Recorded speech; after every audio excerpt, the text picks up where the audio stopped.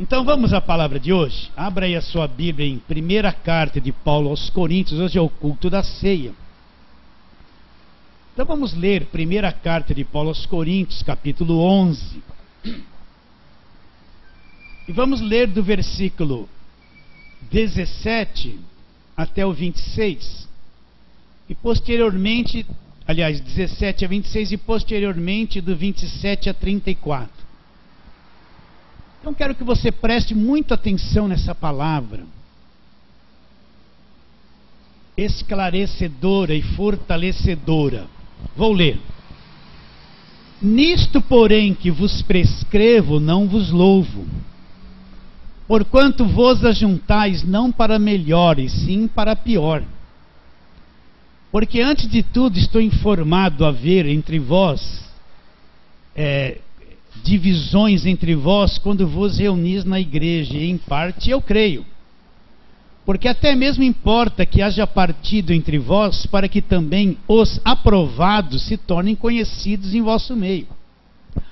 Quando, pois, vos reunis no mesmo lugar, não é a ceia do Senhor, repare bem, ele não está falando Páscoa, ele está falando ao nome, ceia do Senhor.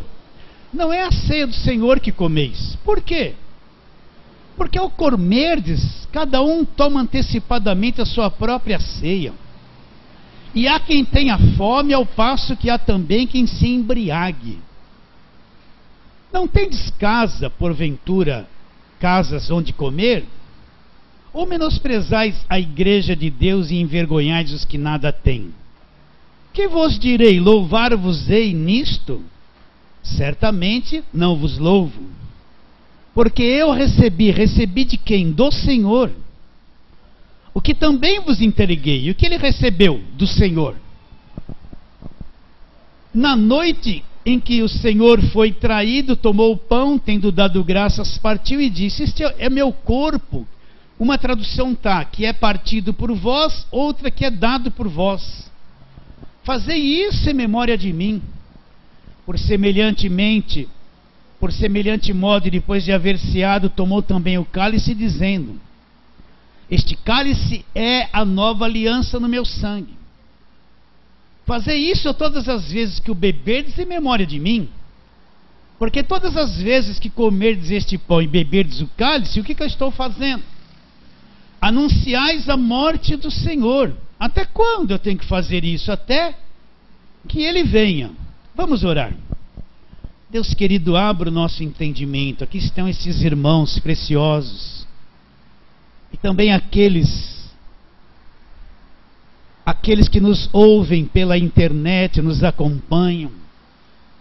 A tua palavra é a verdade. E ninguém pode contra a verdade a não ser em favor da própria verdade.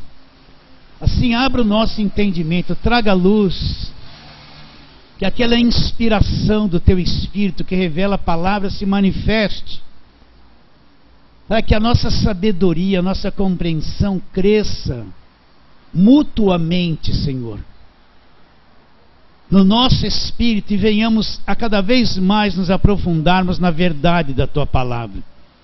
Assim oramos pela fé, crendo em nome de Jesus. Amém. Existe no Brasil muitos pregadores da graça de Deus, pessoas que viveram no sistema, foram de igrejas debaixo de lei, e que no determinado momento Deus abriu o entendimento. É que até um tempo atrás eles eram desconhecidos. Por quê? Porque só a igreja da mídia que estava na televisão ditava a ordem e punha e falava aquilo que eles queriam falar. Mas com a tecnologia, o YouTube, o Google, então esses celulares sofisticados, ficou mais fácil cada um abrir um canal e postar como nós fazemos os seus vídeos, as suas pregações, e trazer muitas verdades que as igrejas da mídia nunca pregaram na televisão. Trazer conhecimento para o povo que as igrejas da mídia sempre escondem e pregavam o que elas queriam. E isso é uma coisa fantástica, revolucionária. Por quê? Porque agora qualquer um tem acesso a certas pregações da graça de Deus que antes eram ocultas. Qualquer um tem acesso à pregação do Evangelho da graça de Deus e vai adquirir conhecimento, e o véu vai cair. Eu sei que é uma coisa longa, demorada, mas muitos estão acordando. Então eu tenho encontrado pregadores excelentes na internet, que são meus irmãos, que estão na graça de Deus. E eu oro por eles. Deus abençoe todos eles, que se levante um desses todo dia. Porém eu preciso atentar numa coisa: muitas coisas que vêm, que falam que estão na graça de Deus, tem pontos duvidosos que acabam até anulando algumas coisas da graça de Deus, não é? Muitas coisas do Velho Testamento acabaram-se na cruz. Nós não vivemos na velha aliança, nós vivemos na nova aliança. Então, os sacerdotes do Velho Testamento, os sacrifícios, aqueles rituais, tudo aquilo acabou na cruz. Cristo foi o último sacrifício da lei.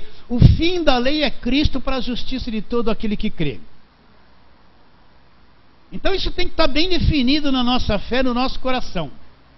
Mas tem certas coisas que o pessoal da graça, alguns extrapolam. Coisas que estão na nova aliança e fazem parte da nova aliança.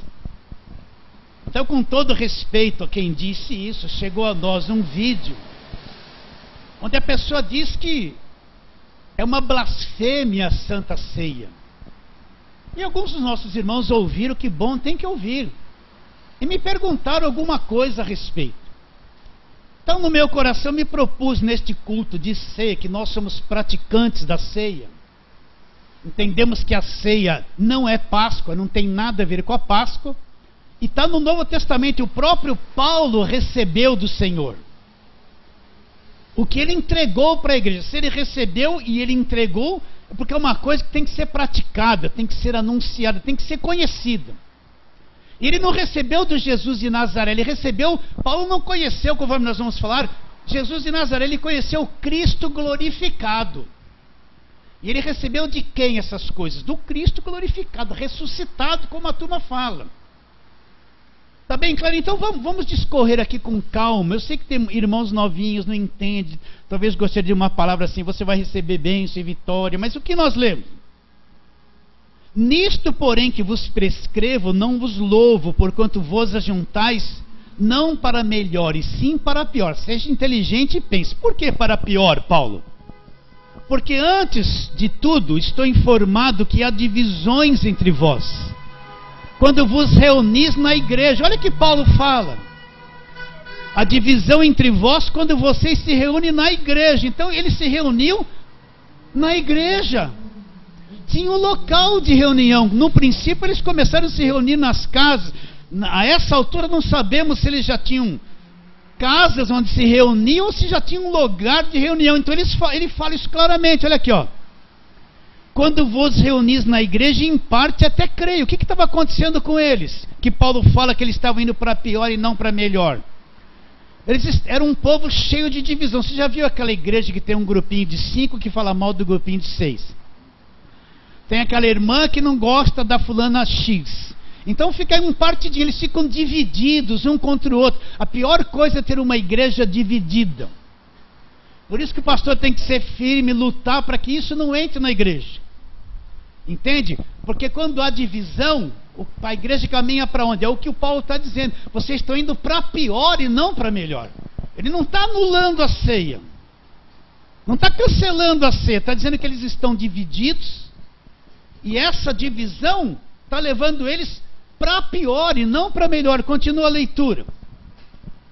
Aí ele fala no versículo 19: porque até mesmo importa que haja partidos entre vós. O que é partido? Eu já vi isso. A turma do louvor brigava com a turma do outro louvor. Então não queria que aquele cantava, o outro não queria cantar. Não é aqui na nossa igreja. Sabe? Dividido. Como um louvor dividido? Ou tinha presbíteros que iam com a cara de uns, não iam com a cara dos outros. Então faziam reunião particular. Como a coisa vai para frente se dentro da própria igreja está um contra o outro? Há partidos, e desses partidos, o que vai ser discernido? Aquele que é sincero, que é verdadeiro, e aquele que é falso. a liderança tem discernimento de quem é verdadeiro, quem é falso, quem está firme e quem não está. Então havia partidos entre eles para que os verdadeiros se manifestassem, fossem conhecidos, e os falsos também fossem conhecidos. Continua a leitura. Quando, pois, vos reunis no mesmo lugar, não é a ceia do Senhor que comeis. Por que não é a ceia do Senhor que comeis? Porque ao comerdes, cada um toma antecipadamente a sua própria ceia. Há quem tenha fome, ao passo que há também quem se embriague. Ponto. Quando a Bíblia foi escrita, ela não tinha separação por versículos, era um texto só. Então eu preciso saber ler isso aqui. Olha o que ele diz. Quando vocês se reúnem, vocês estão divididos, vocês estão com partidos, divididos um com o outro, indo para pior. Isso que vocês estão praticando não é a ceia do Senhor. Por que não é a ceia? Ele não está dizendo que não exista a ceia, que não é a ceia, que a ceia não existe mais. Ele está dizendo que aquilo que eles estavam praticando, divididos, não tinha nada a ver com a ceia do Senhor. Eles estavam praticando uma coisa que tinha saído do espírito da ceia há muito tempo. Ele não está anulando a ceia. Então, se você ler aqui direto, ele está dizendo assim: quando, pois, vos reunidos no mesmo lugar, não é a ceia do Senhor que comeis. Porque ao comerdes a ceia, o que vocês estão fazendo dizendo que é ceia? Cada um toma antecipadamente a sua própria ceia. Há quem tenha fome, ao passo que há quem também se embriague. Então o que eles estavam fazendo? Um jantar. Chegava na hora de comer, nós fizemos aqui, deixa eu abrir, eu vou longe hoje, vocês tenham assim. Nós fizemos um dia uma confraternização, um churrasco ali na Serra da Cantareira, essa serra aí, perto de Mariporã. E o Carlos fez um churrasco daqui, ó, uma picanha preparada e tal. Só que tinha um irmão que eu tinha uma cotação por ele muito boa, ele estava com fome. Eu acho que ele pensou assim: bom, eu vou lá pro churrasco, não vou tomar café da manhã, não vou comer o pãozinho, vou chegar lá me entupir de carne. Só que acontece o seguinte: você não vai servir a carne, que tinha salada, tinha um montão de coisa. O que você vai fazer em conjunto? Aí ele chegou assim: eu quero a carne logo. Espera um pouquinho, está arrumando a mesa, vai pôr a salada.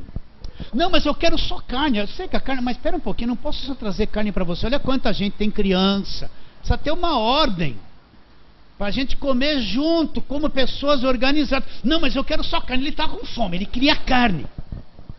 Então ele não estava importando se tinha alguém a mais, se tinha um idoso. Ele não estava importando se tivesse disciplina. Ele queria comer e estava inquieto e bravo comigo. Então tinha cheio de gente lá nos Coríntios, no jantar, que eles falaram que era ceia, com fome. Vocês estão entendendo? Então começaram a fazer o quê? Pegar antes, pegar um pratão. Você já viu aquela turma que vive com fome? Eles querem ser os primeiros da fila e eles não falam assim: ó, vou pegar um prato. O prato deles é 2, é uma montanha. Esses têm fé. A fé deles remove montanha. Só que é com o garfo, né? Entende? Então o que aconteceu?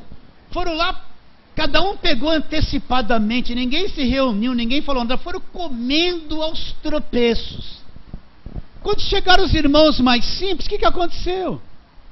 Ficaram sem comer. E uns encheram a cara de vinho e já estavam tudo bêbado, dizendo que isso era a ceia do Senhor. Vocês estão entendendo? Paulo está anulando a ceia? Não, ele está organizando e mostrando como é que se pratica. Mostrando que não é jantar, que não é essa bagunça que cada um pega comida antes. Não tem vinho para ninguém ficar bebendo, se tornando bêbado. Não tem nada disso. É isso que estava caminhando eles para o mal, para o caminho mal. É isso que a divisão traz. A pessoa perde a sensibilidade para a verdade e começa a fazer coisas sem sentido.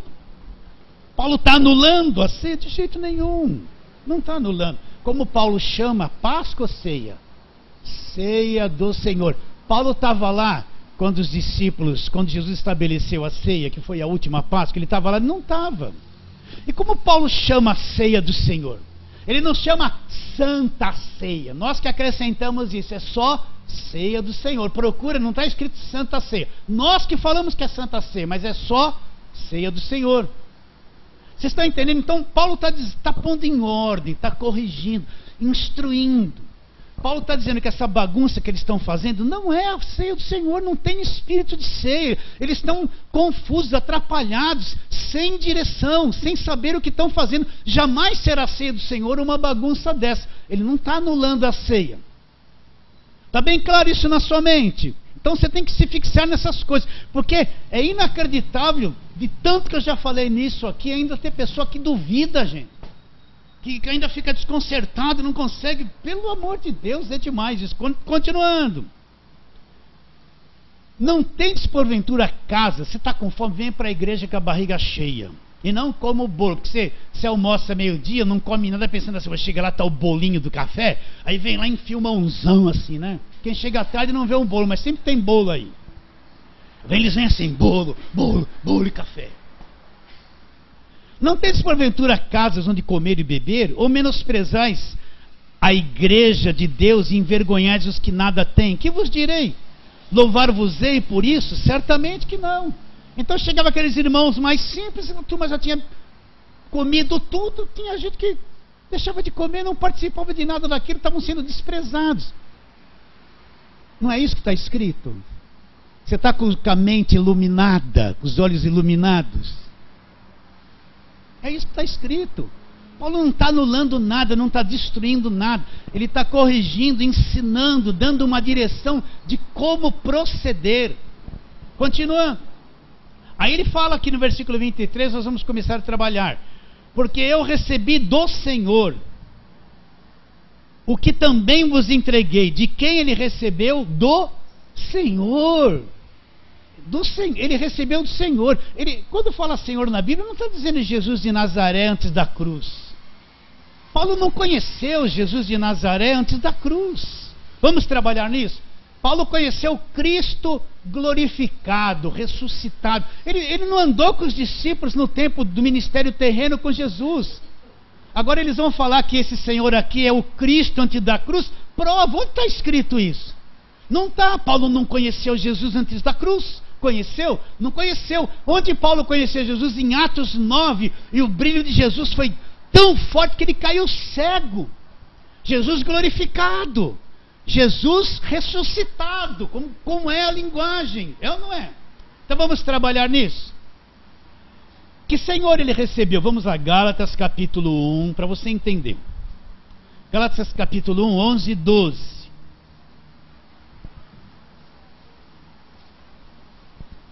Então, Gálatas 1, 11 e 12. Faço-vos, porém, saber, irmãos, que o evangelho por mim anunciado não é segundo o homem. Então o evangelho que Paulo anunciava, ele não recebeu de homem algum. Ele não aprendeu com Pedro, ele não aprendeu com João, muito menos com Tiago, ele não aprendeu com Marcos, nem com Lucas, não, ele aprendeu. Como é que ele aprendeu esse evangelho? Ele diz aqui, o evangelho, faço-vos porém saber, irmãos, que o evangelho por mim anunciado não é segundo o homem, não vem de homem, não tem religião nisso. Aí ele diz, porque eu não recebi de homem algum, mas, como Paulo aprendeu o evangelho? Mas mediante a revelação de Jesus Cristo. Então o que Jesus Cristo fez? Jesus Cristo revelou o evangelho da graça de Deus para Paulo. Esse não teve mestre de homens. E isso não quer dizer que quando a igreja não precisa de mestres. Leia lá Efésios capítulo 4, onde Deus levantou um para apóstolos, pastores e mestres com vistas ao aperfeiçoamento de santos. Não vai nessa conversa, a nenhum de vós chamais mestres, né? Não. Depois que a igreja surge, então Deus levantou mestres na igreja que ensinam para o aperfeiçoamento dos santos. Continua a leitura. Porque eu não recebi nem aprendi de homem algum. Mas como que você aprendeu, Paulo? Mas mediante revelação de Jesus Cristo. Então o próprio Cristo, quando Paulo escreve Gálatas aqui, o que acontece? Cristo já havia sido ressuscitado, já estava glorificado.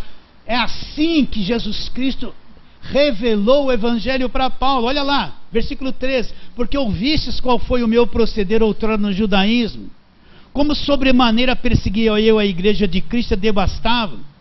E na minha nação, quanto ao judaísmo, avantajava-me a muitos da minha idade, sendo extremamente zeloso das tradições dos meus pais. Quando, porém, o que me separou antes de eu nascer e me chamou pela sua graça, aprove revelar seu Filho em mim, para que eu pregasse entre os gentios sem detença, não consultei carne e sangue. Vamos lá para Atos 9 agora. Então Paulo não conheceu Jesus de Nazaré. Como é que eles afirmam que aquele recebido Senhor, ele está dizendo Jesus de Nazaré? Paulo não viveu naquele tempo com Jesus, não conheceu nada. Olha como está claro isso diante dos nossos olhos. Como uma vírgula, uma interpretação errada leva a pessoa a um abismo de interpretação. Leva. Pior que na mente, às vezes parece que não entra. A pessoa fica assim, ó, não sabe para onde vai, está com dúvida. Eu já li isso 1000 vezes no culto de ceia. Continuando. Atos 9, vamos lá.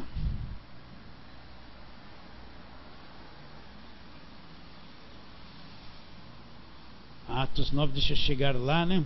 Atos 9, encontro de Paulo com Jesus Cristo. Olha lá. Saulo, respirando ainda, versículo 1, ainda ameaças de morte contra os discípulos do Senhor, dirigiu-se ao sumo sacerdote. E lhe pediu cartas para as sinagogas de Damasco, a fim de que, caso achasse alguns que eram do caminho, assim homens como mulheres, os levasse presos a Jerusalém. Seguindo ele, estrada fora, ao aproximar-se de Damasco, subitamente uma luz do céu brilhou ao seu redor. Caindo por terra, ouviu uma voz que dizia: Saulo, Saulo, por que me persegues? E ele perguntou: quem és tu, Senhor? A mesma coisa, a mesma palavra que ele diz: porque eu recebi do Senhor o que também vos entreguei. Ele está dizendo aqui: quem és tu, Senhor? Porque ele não sabia quem era. Jesus aqui é de Nazaré, ou já tinha passado pela cruz, ressuscitado e estava glorificado? Então Paulo teve uma revelação do Cristo ressuscitado, glorificado. Paulo não teve nada de Jesus quando teve o ministério terreno. Paulo já conheceu Jesus glorificado, ressuscitado. Vocês estão entendendo? Olha a diferença. Então olha lá, e perguntou, versículo 5: quem és tu, Senhor? A resposta foi: eu sou Jesus a quem tu persegues, mas levanta-te, entra-te na cidade, onde te dirão que te convém fazer. Até aí está bom. Quem és tu, Senhor? O mesmo Senhor que Paulo disse: porque eu recebi do Senhor o que também vos entreguei, pondo em ordem o que é uma ceia, não a bagunça que eles estavam fazendo. Ele está anulando a ceia? Não está, está estabelecendo uma ordem, um parâmetro de como é que se pratica e se estrutura a ceia do Senhor. Está bem claro isso na sua mente? Agora voltemos para o Coríntios 11, vamos lá. Então vou ler de novo 23. Porque eu recebi do Senhor o que também vos entreguei. Então Paulo recebeu do Senhor por revelação e entregou para a igreja praticar. Entregou, eu estou entregando para vocês o que eu recebi do Senhor. Então que ele entregou o quê? Olha lá.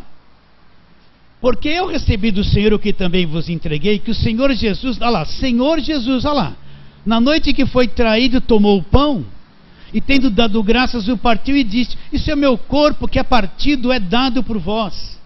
Faça isso em memória de mim. Por semelhante modo, depois de haver ceado, tomou também o cálice, dizendo: este cálice é a nova aliança no meu sangue. Fazer isso todas as vezes. Quantas vezes? Todas as vezes. Olha, plural. Não é uma coisa que foi feita uma vez e acabou. Fazer isso todas as vezes. Todas as vezes. A Páscoa era uma vez por ano. A ceia não foi estabelecida dia, nem hora, nem lugar para se praticar. A ceia não tem dia certo. A ceia se pratica, basta a igreja estar reunida, entende? Nós preferimos praticar uma vez por mês. Tem gente que pratica todo fim de semana. Tem gente que pratica uma vez por ano. Não tem nenhuma determinação de quantas vezes tem que se praticar e participar. Todas as vezes, plural, significa que eles não participaram de uma, aí Jesus morreu, ele ressuscitou, voltou e acabou. Paulo recebeu isso aqui depois da ressurreição de Cristo. Muito tempo depois que a igreja já existia, ele era perseguidor da igreja. Vocês estão entendendo a diferença disso aqui? Ele recebeu de quem? Foi mediante o que? Revelação de Jesus Cristo. Revelação de Jesus Cristo. Olha lá, continua. Por semelhante modo, depois de haver ceado, tomou também o cálice, versículo 25, dizendo: este cálice é a nova aliança no meu sangue. Fazer isso todas as vezes que o beberdes em memória de mim. Porque todas as vezes que comerdes esse pão, todas as vezes, plural, que comerdes esse pão e beberdes o cálice, o que eu estou fazendo? Estou anunciando a morte do Senhor. Até quando? Até que Ele venha. Vamos pegar aqui. O que é anunciar a morte do Senhor? Nós não estamos comemorando ou lembrando de um defunto, porque Cristo já ressuscitou. Nós não estamos comemorando morte. Anunciar a morte do Senhor é a palavra da cruz. Anunciar a morte do Senhor é tudo aquilo que foi feito na cruz. Se não houvesse a morte do Senhor na cruz, não havia justificação. Se não houvesse a morte do Senhor na cruz, não havia novo nascimento. Se não houvesse a morte de Jesus na cruz, não havia ressurreição. Se não houvesse a morte de Jesus na cruz, nós não seríamos selados com o Espírito Santo. Se não houvesse a morte de Jesus na cruz, nós não seríamos propriedade exclusiva de Deus. Se não houvesse a morte do Senhor na cruz, nós não seríamos comprados com seu sangue. Se não houvesse a morte do Senhor Jesus, nós não seríamos filhos de Deus, não teríamos a nova aliança, não seríamos reconciliados com Deus. A morte de Cristo na cruz é o evangelho total, é o máximo.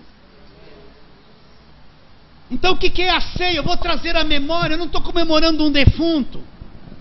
Eu estou trazendo à memória a grande obra da cruz, os feitos da cruz, a nossa redenção total, a nossa libertação total. Se não houvesse morte do Senhor na cruz, o diabo não seria destruído e derrotado. Aonde que ele foi derrotado lá? Então a ceia é a expressão do evangelho. A ceia, quando nós nos reunimos para trazer à memória os feitos da cruz, é uma coisa gigantesca. Sabe por que as igrejas só pregam mensagem de autoajuda hoje? Sabe por que as igrejas fazem campanha de lencinho, campanha da aguinha, campanha da terra, campanha da rosa, campanha da chavinha, campanha do tijolinho ungido, campanha da porta de plástico? Sabe por quê? Porque eles não trazem à memória os feitos da cruz, deixaram a cruz de lado, esqueceram do sacrifício verdadeiro. Sabe por que eles vivem bagunça? Porque eles mudaram a ceia para a ceia da vitória, da prosperidade, da conquista, do casamento, da mudança de vida, do sair do vermelho. Isso que é uma ceia pervertida. Isso que é uma coisa abominável. Isso que é uma blasfêmia. Perverter a ceia do Senhor. Então, se Cristo não morre da cruz, não tem evangelho. Como eu ia poder dizer para você, meu irmão, você é justificado, está sem culpa? Como eu ia dizer para você, você foi selado com o Espírito Santo? Como eu ia dizer para você, Deus se reconciliou, a parede da separação caiu, o diabo foi destruído e derrotado? Não tinha o que dizer, porque ele não morreu. Está bem claro isso na sua mente? Então, o que é participar da ceia? Quando eu como do pão e bebo do cálice, eu vou trazer os feitos da cruz na minha mente. Eu vou relembrar a grandeza, trazer a memória e recordar. Entende? Como é que você medita e você decora uma coisa? Repetindo, repetindo, repetindo. Como que as verdades do Evangelho vão ficar cravadas no coração? Repetindo, memorizando, relembrando, relembrando, relembrando. Nós não estamos comemorando aniversário de morto algum, porque Cristo ressuscitou. Olha como é poderosa a ceia. Não é uma coisa fraca, gente. Está bem claro isso na sua mente? Sim ou não? Agora, nesse vídeo aqui, ele diz que Jesus já veio. Ué, Cristo não vive no seu coração? Vive. Mas quem veio? O Espírito Santo ou Jesus Cristo? Quem veio? Hã? O Espírito Santo. Então vamos trabalhar na palavra de Deus? Olha, existe duas correntes com referência à pessoa de Deus, que creem na pessoa de Deus. Ele é unicista. O que o unicista prega? Que não existe o Pai, não existe o Filho e não existe o Espírito Santo. Deus se manifestou como Pai, Ele se manifestou como Filho, agora Ele é Espírito Santo. Jesus se transformou no Espírito Santo. Vocês estão entendendo isso? E existe aqueles que creem na Trindade, apesar da palavra Trindade não estar escrito na Bíblia.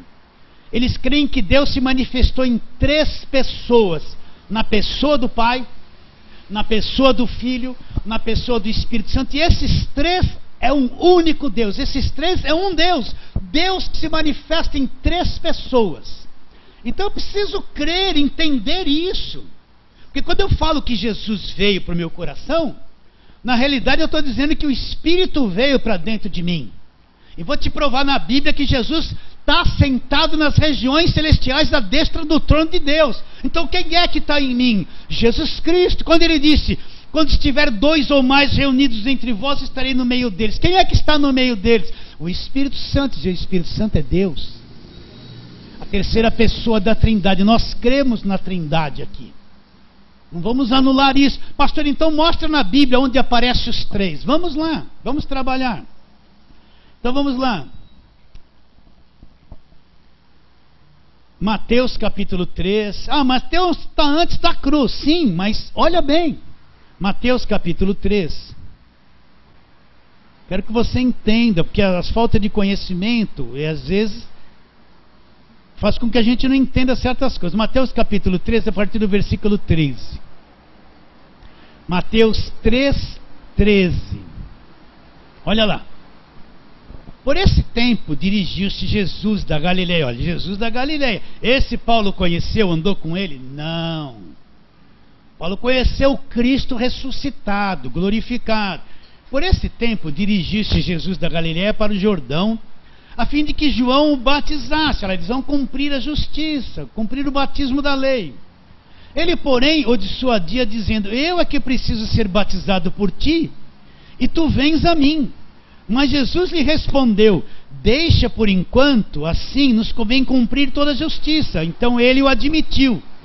Agora presta atenção. Batizado Jesus saiu logo da água. Eis que se lhe abriram os céus. E ele viu quem? E viu o Espírito de Deus. Quem está aqui? O Espírito de Deus descendo como pomba vindo sobre ele. E uma voz dos céus que dizia: este é meu filho amado, a quem me compraz. Olha as três pessoas aqui.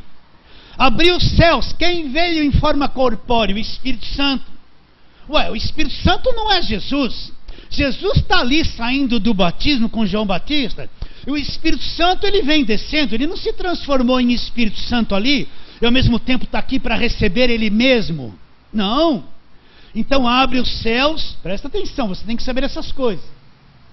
Vem o Espírito Santo em forma de pomba corpórea descendo sobre ele. E ele ouve uma voz. Foi ele que falou? Quem que foi aquela voz lá do céu? Este é meu filho amado em quem eu tenho prazer. Foi ele que falou? Ele foi ventrílogo. Este é meu filho amado. Não, quem falou? O Pai. Está vendo as três pessoas aqui? Não tem a palavra Trindade na Bíblia. Mas está aqui os três. O Espírito Santo vindo, Jesus recebendo o Espírito Santo e o Pai falando: este é meu filho amado em quem me comprazo. Esses três são um, é Deus. Deus que se manifestou em três pessoas. Está bem claro isso dentro de você? Então quem é que veio para o meu coração? O Espírito Santo. Ué, o Espírito Santo não é Deus? E Deus não é Jesus? E Deus é Deus em três pessoas. Então qualquer um que viesse para dentro de mim, Deus veio habitar no meu coração. Está claro isso na sua mente? Sim ou não? Como que Jesus já veio? Eles afirmam que Jesus já veio. Quem veio foi o Espírito Santo.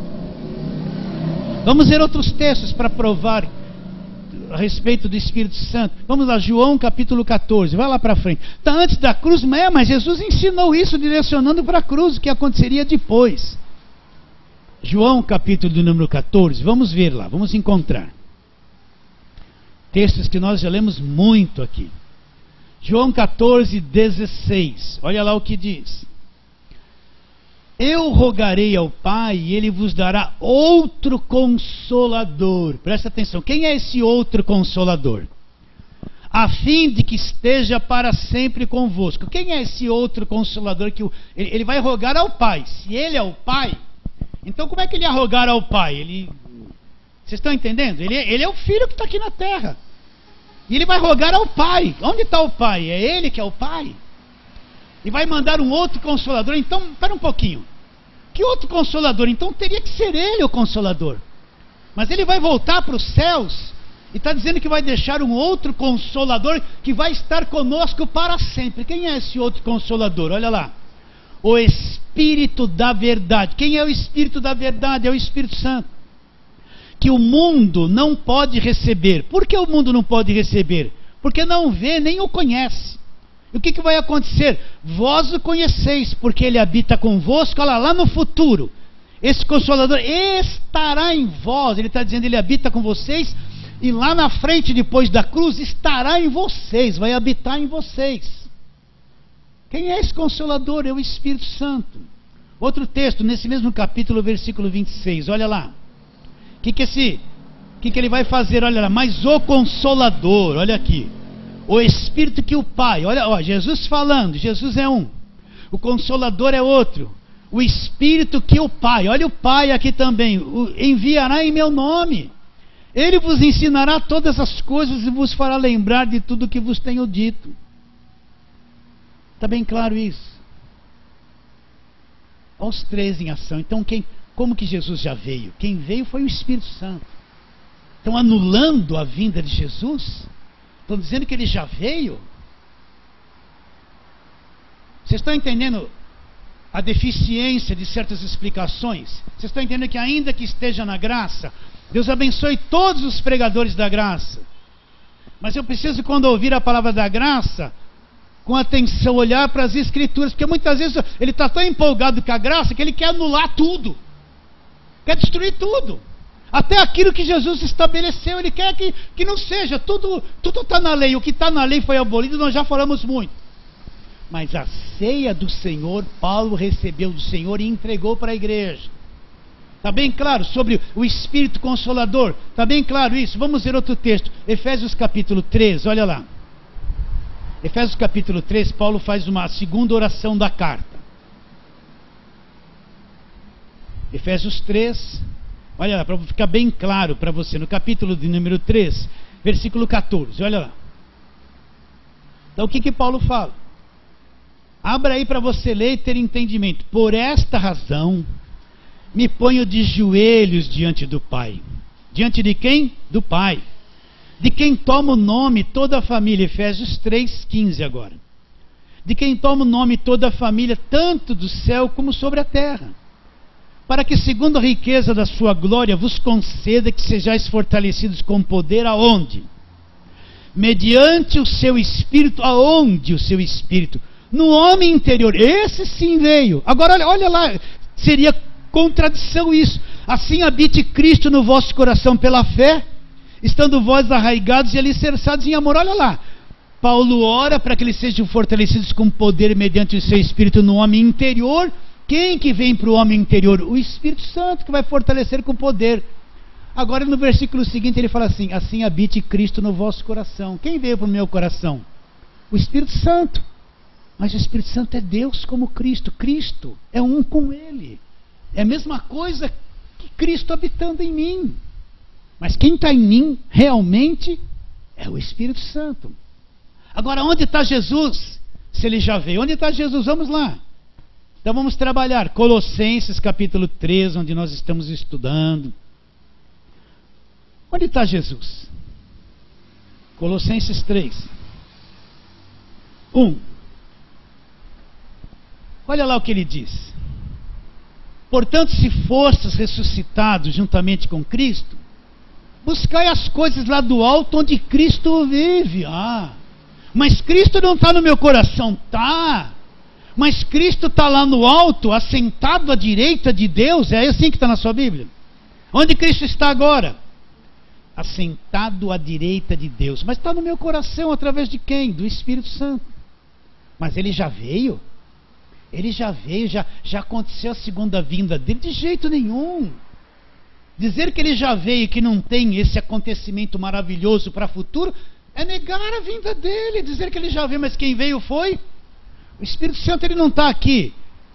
Pensai nas coisas lá do alto, buscai as coisas lá do alto, onde Cristo vive assentado à direita de Deus. Onde Cristo está assentado à direita de Deus? Hebreus capítulo 2, vamos lá.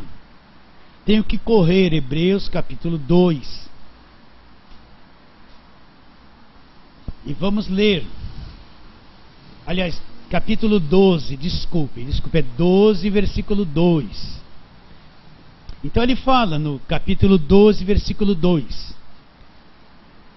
Portanto, capítulo 12, versículo 1 e 2. Portanto, também nós, visto que temos rodear-nos tão grande nuvem de testemunhas, desembaraçando-nos de todo o peso e do pecado que tenazmente nos assedia, corramos com perseverança a carreira que nos está proposta, olhando firmemente para o autor e consumador da fé. Quem é o autor da fé? O que compôs a fé? Quem é o autor da fé? Olhando firmemente para o autor e consumador da fé, Jesus, o qual em troca da alegria que lhe estava proposta, suportou a cruz, não fazendo caso da ignomínia, está sentado à destra do trono de Deus. Aonde que Jesus está? Assentado à destra, à direita do trono de Deus nos lugares celestiais, mas também na pessoa do Espírito Santo. Onde está? Selado dentro do meu coração. Já veio o Espírito Santo para mim, mas Jesus está lá. Entendeu isso que eu estou te dizendo? Está bem claro. Outro texto, nós lemos agora Hebreus capítulo 1, vamos lá, Hebreus 1. Vamos ler desde o versículo 1, mas a tônica é o versículo 3. Hebreus 1, versículo 1. Havendo Deus no passado, em outra hora, falado muitas vezes e de muitas maneiras aos pais, como que ele falou no passado? Quem são os pais que ele fala aqui do passado? O pessoal do Velho Testamento. Deus falou com o pessoal do Velho Testamento de muitas maneiras e de muitas formas, através dos profetas. Mas e no nosso tempo? E no tempo do fim? Como é que Deus fala conosco? Aí ele diz, nesses últimos dias nos falou por quem? Pelo Filho. Como é que Deus fala conosco hoje? Pelo Filho. Por isso que tanta coisa da velha aliança eram os profetas falando para os pais.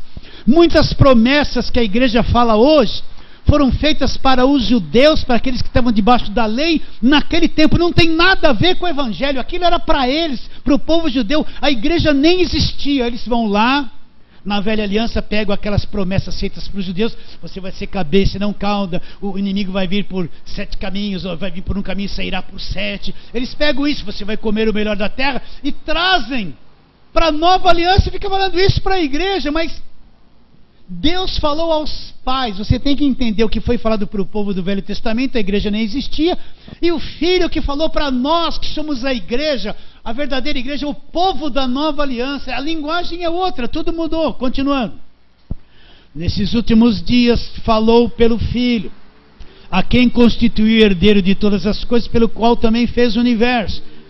Repare bem quem é esse Filho. Ele que é o resplendor da glória, a expressão exata do seu ser. Então Cristo é a expressão exata do ser de Deus. Ele é o brilho da glória de Deus. Ele é o Deus Filho. Continua. A expressão exata do seu ser, sustentando todas as coisas pela palavra do seu poder. Depois de ter feito a purificação dos pecados, assentou-se à direita da majestade nas alturas, e tendo se tornado tão superior aos anjos, herdou mais excelente nome do que eles. Aonde que ele sentou? À direita da majestade nas alturas. Então ele já veio? Quem veio para mim? Que é Deus, que também é Jesus e Pai. O Espírito Santo. O Espírito Santo. Está bem claro isso na tua mente, queridos? Agora, vamos ver uma coisinha.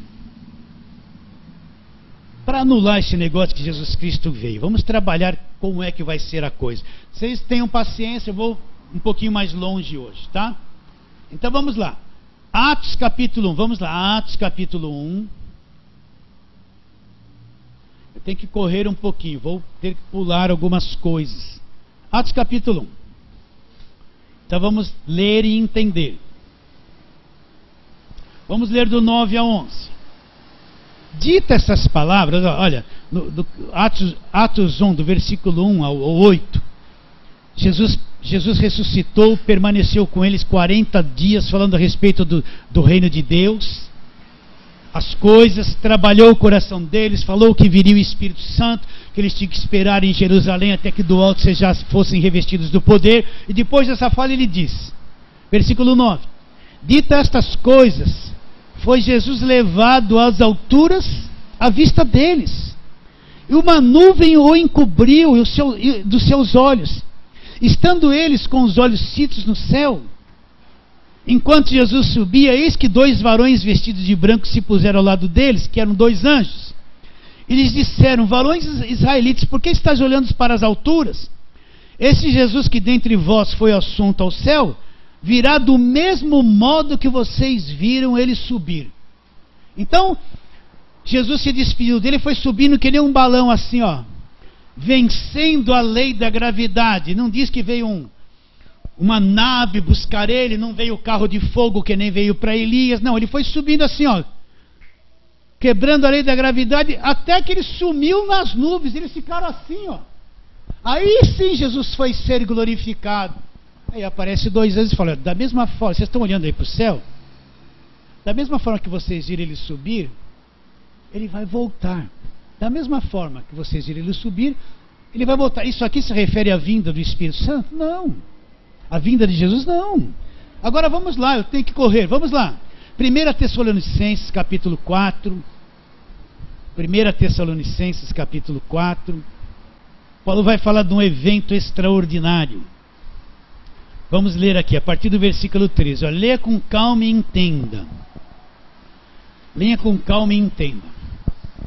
Não queremos, pois, irmãos, que sejais ignorantes com respeito aos que dormem, para vos não entristecerdes como os demais que não têm esperança. Pois se cremos que Jesus morreu e ressuscitou, assim também Deus, mediante Jesus, trará em sua companhia os que dormem. Eles usam a palavra que dorme, não é que ele dizer que o indivíduo está dormindo. Quando usa a palavra dormir, é que ele já não vive mais no nosso meio. Ele dormiu, ele já está na outra dimensão. Então é se usada essa palavra dormir. Não é que a alma dele está dormindo num lugarzinho lá, quietinho, ele vai acordar a qualquer momento.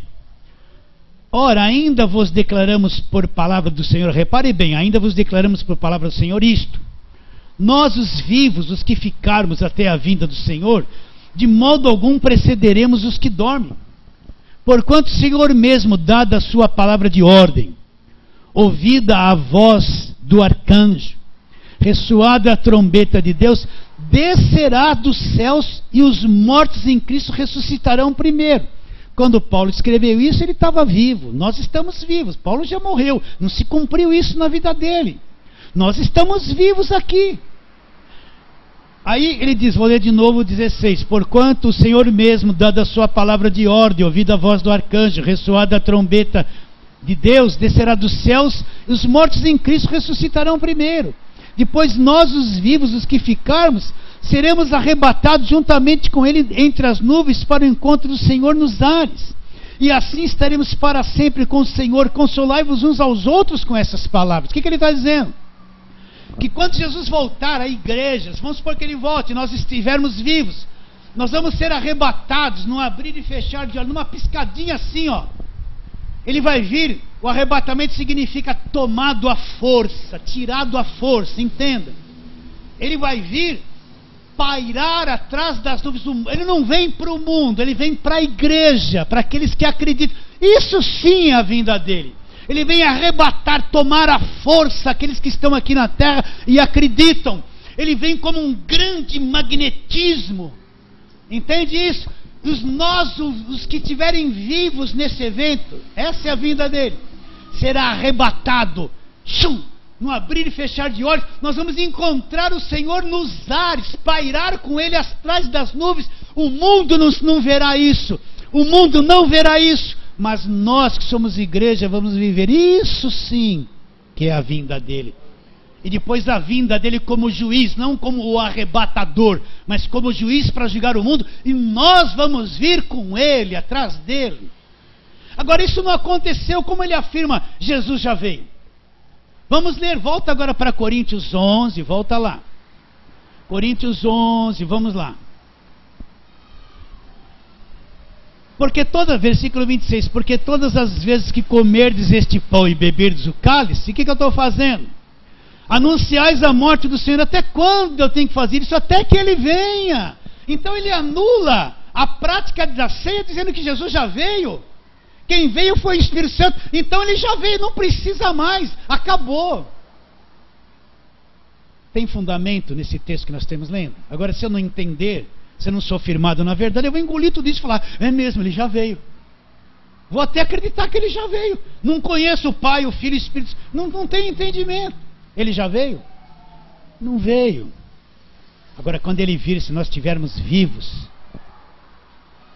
vai ser assim, você vai sumir, encontrar com o Senhor nos ares, estaremos para sempre com o Senhor. Aí não tem mais necessidade de ceia. Por quê? A igreja foi tomada da terra, foi arrebatada, foi levada embora. Não é? A igreja organizada talvez fique aí ainda tentando fazer isso, porque não vai, porque não pregava o evangelho, não eram os escolhidos, chamados segundo o propósito de Deus.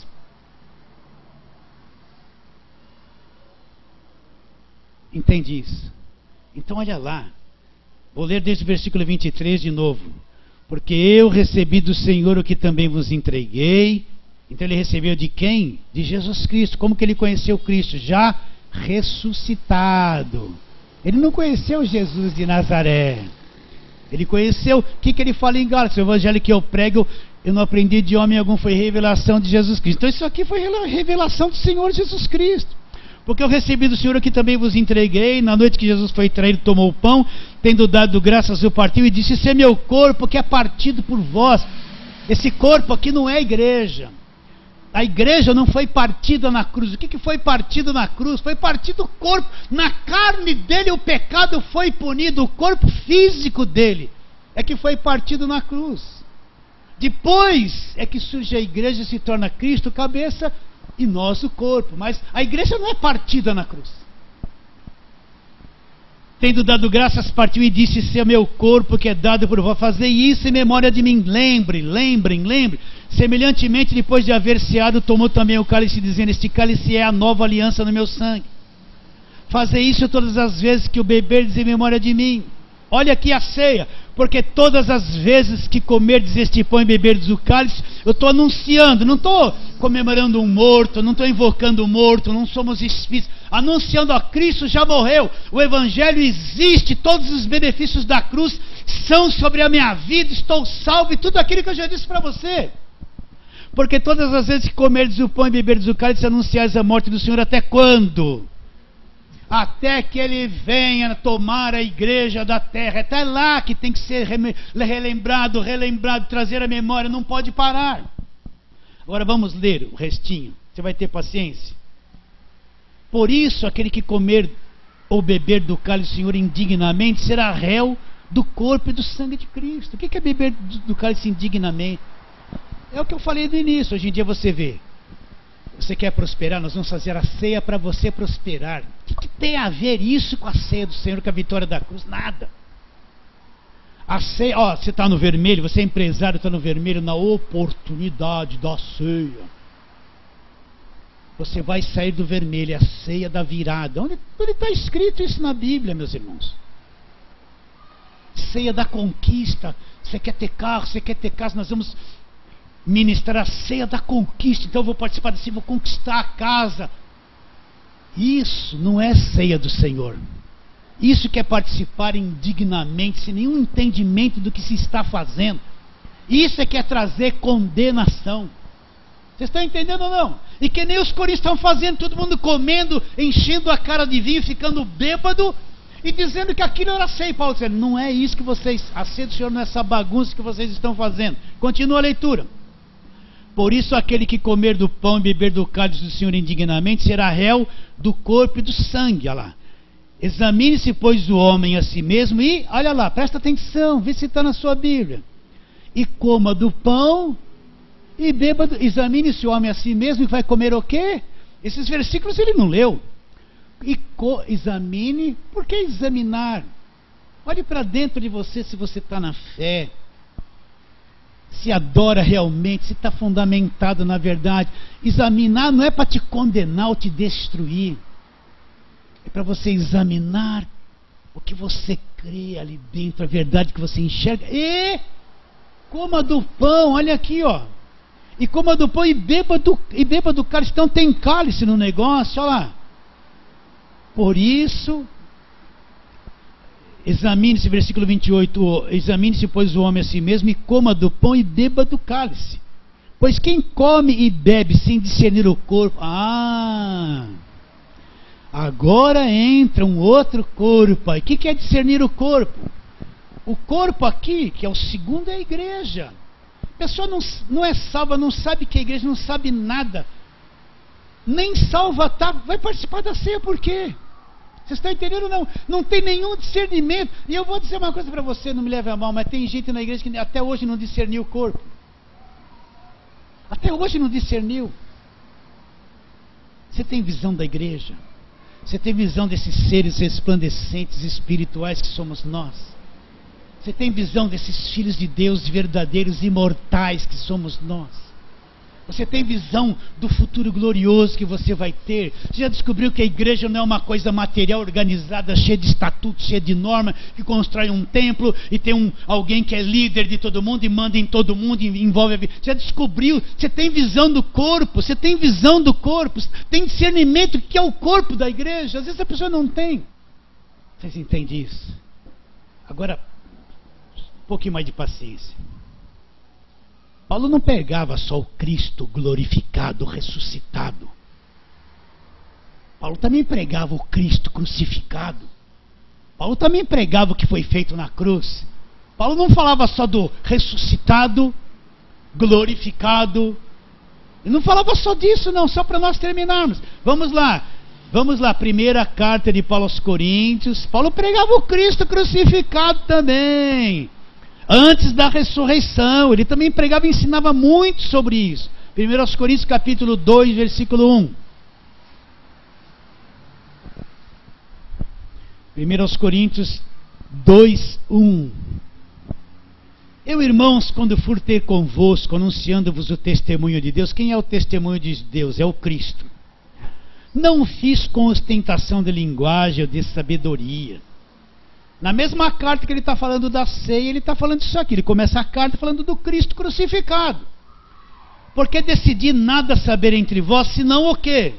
Jesus Cristo, e esse glorificado, esse crucificado, esse na cruz, o que aconteceu na cruz. Ele decidiu, ele deixou a sabedoria humana de lado, a teologia dele de lado, os conhecimentos de lado. Ele queria introduzir uma fé nos coríntios verdadeira, pura. Ele sabia que só o Cristo crucificado que foi feito na cruz é que daria esse entendimento a eles. Então ele decidiu nada saber a não ser Cristo crucificado. Foi em fraqueza, temor e grande tremor que eu estive entre vós. A minha palavra e a minha pregação não consistiram em linguagem persuasiva de sabedoria humana, mas em demonstração de espírito e de poder. Para quê? Para que a vossa fé não se apoiasse em sabedoria humana, se apoiasse o quê? No poder de Deus. Então uma fé apoiada no Cristo crucificado, que ressuscitou, que é o ressuscitado e o glorificado, é uma fé apoiada não em sabedoria humana, apoiada no poder de Deus. Não é o que está escrito aqui? Agora volta lá, volta 1 Coríntios 1, olha o que ele diz. Versículo 18, que eu leio direto aqui. Certamente a palavra da cruz. O que é a palavra da cruz? É o ensino do que aconteceu na morte de Jesus. É a ceia, a expressão máxima do Evangelho. Certamente a palavra da cruz é loucura para os que se perdem. Mas para nós que somos salvos, que somos justificados, que somos predestinados, que somos eleitos, que somos selados pelo Espírito Santo, para nós que somos salvos, o que é a palavra da cruz? É o poder de Deus. Poder de Deus. O Cristo crucificado, poder de Deus. O que é? Anunciais a morte do Senhor até que Ele venha. Morte do Senhor, Cristo crucificado, poder de Deus. Não posso anular isso. Continua a leitura, versículo 18 de novo.